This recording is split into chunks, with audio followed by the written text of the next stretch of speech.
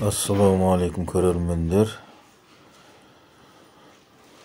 Бүгін мен сіздерге галтелді қалай жабыстыру керек, сол жайлы айтатын болам.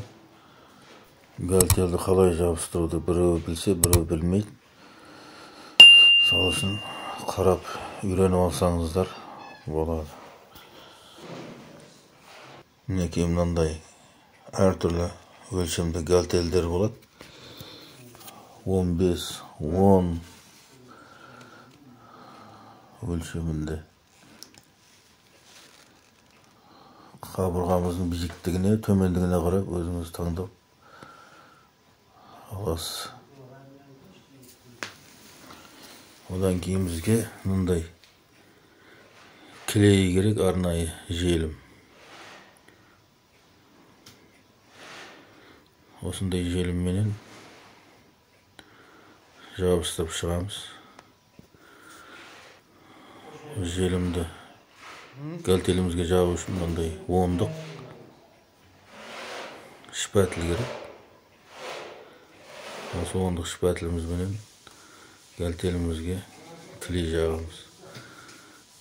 Бірінші потологымыздан осындай қылып сызып белгілеп аламыз. Сызған жерімізден екі жағына. Дәл осындай қылып белгілеп аламыз бұрышына қарап. Осы белгілеген жерімізден осылай пышақты жатқызып, жанына қаратып, осылай кесеміз галтеліміз.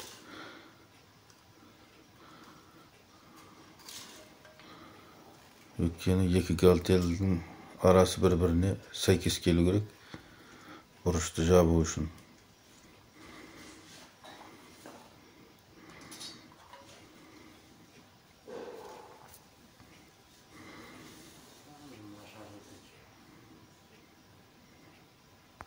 Құрметті көрермендер, менің кейінгі тағы да пайдалы видеоларымды өткізе алмау үшін лайк басып, подписаться батырмасын басып, қоңыраушаны басып кетіңіздер. Мінекей осындай қылып кесіп, бұрышын келтіріп алдық.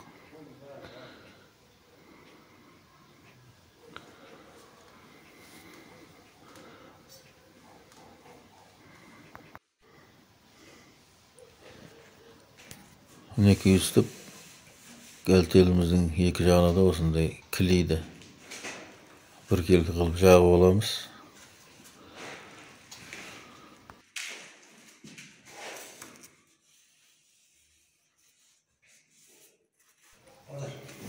Мінекей бір жағына жағып алдық, енді екінші жағына дәл сондай қылып клейімізді жағып аламыз.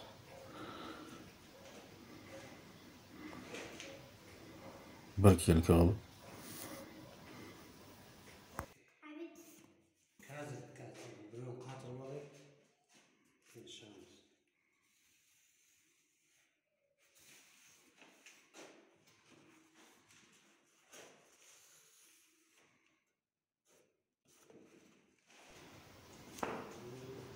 Kleyimizi жағып алғаннан кейін оны қабырғаға үстіп жабыстырып шығамыз.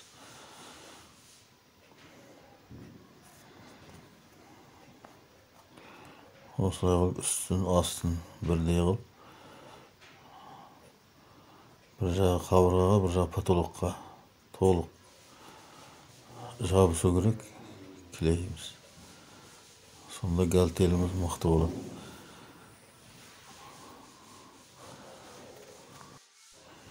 Енді галтелімізді жабыстырып алғаннан кейін артық клейлерін осылай шпательменен алып тастаймыз. Bunu бірден алып тастамаса болмайды, өйткені кейінге қалатын болса, ол қатып қалуы мүмкін. Одан кейін ол қиындау болады алу. Сол үшін bunu бірден алып тастаймыз. Тегістеп. Енді оның үстінен сумен, әншейін сумен, мынандай кесішкімен жүріп шығамыз. Өйткені